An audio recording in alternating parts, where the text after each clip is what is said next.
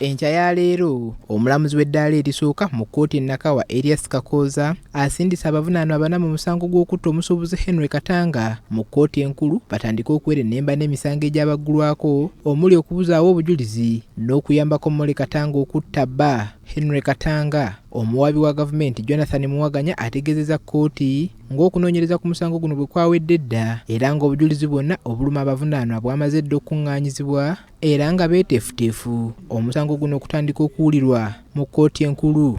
Mu bimu ku biri mu bujulizi buno kwe kuli eky'omugenzi Katanga okukizuula nti mukyala we Molly Katanga yali alumika essimu ye kw'ossa okumulondoola mu mmotoka ye ekyamuwaliza okukyusa emmotoka kw'ossa okukyusa password z'essimu ye n'okufuna layini z'essimu empya era nga n'olunaku lwe yattibwako yali amaze okwogera ne munnamateeka we asobole okukola ekiraamo olw'okwekengera nti essaawa yonna mukyala we Molly Katanga yandimujja mu bulamu bw'ensi eno.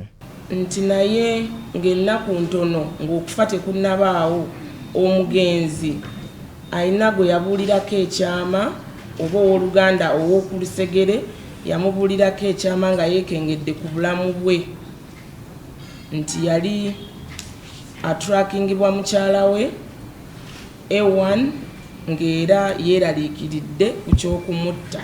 Ensonga endala oludda oluwaabi gye lwesigamyeko kwe kuba nti ekinkumu eky'omuvunaanwa nnamba emu nga ye mukyala w'omugenzi kikwatagana bulungi nnyo n'ekyazuulibwa ku mmundu eyakozesebwa mu kutemula omugenzi Katanga. Mu bujulizi obulala ze kamera ez'ewaka ezakyankalanyizibwa ku lunaku ettemu lino we lyaliwo kw'ossa amasimu agaakubirwa omugenzi mu kiseera nga tannatemulwa, ebisosonkole by'amasasi ebyasangibwa mu kifo we yali attiddwa kw'ossa n'emmundu ekika kya basitoola eyakozesebwa okutta omugenzi Katanga okuzuulibwa mu kifo kyennyini ettemu lino we lyali era nga n'embeera emmundu eno gye yalimu yali esobola bulungi nnyo okufulumya amasasi. Wano omuwaabi wa gavumenti asabye omulamuzi ali mu mitambo gy'omusango guno okuyisa ekibaluwa Kibakuntumye eri omuvunaanwa nnamba emu mu musango guno nga ye nnamwandu w'omugenzi Katanga alabikeko mu kkooti ng'agamba nti kasookedde ng'onazza omusango guno talabikangako mu kkooti newankubadde kkooti ezeemuyita enfunda eziwerako. Wano munnamateeka w'abavunaanwa John Tumwebaze asabye omulamuzi obutayisa kiragiro kino nga kkooti ekimanyi bulungi nti omuntu ono ali mu ddwaliro era ng'ali mu kufuna bujjanjabi nga n'embeera gy'alimu temusobozesa kujja mu kkooti, ekintu omuwaabi wa gavumenti kyawakanyizza. Invite the court not to travel that road with the DPP to reject the prayer for a warrant and extend summons until the accused A1 is healed and discharged. And only then, why are you in a hurry to try A1?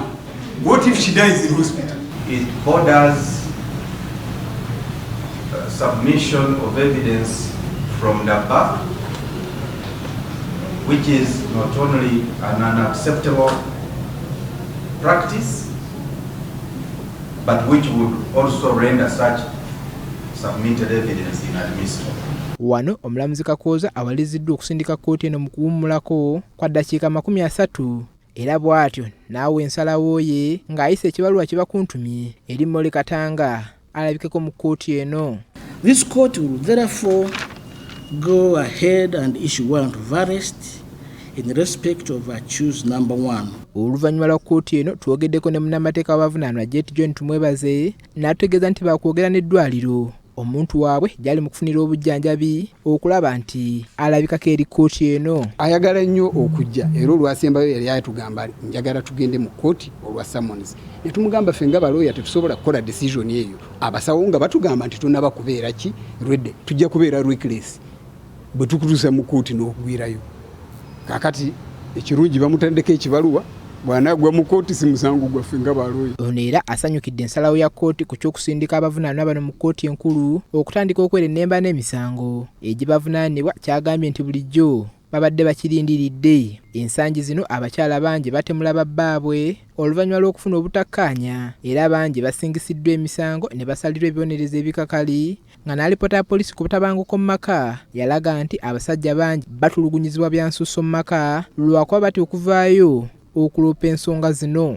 Paul Bakabulindi, BBS Telefayina, ageesigika. Ensonga za Paul Bakabulindi.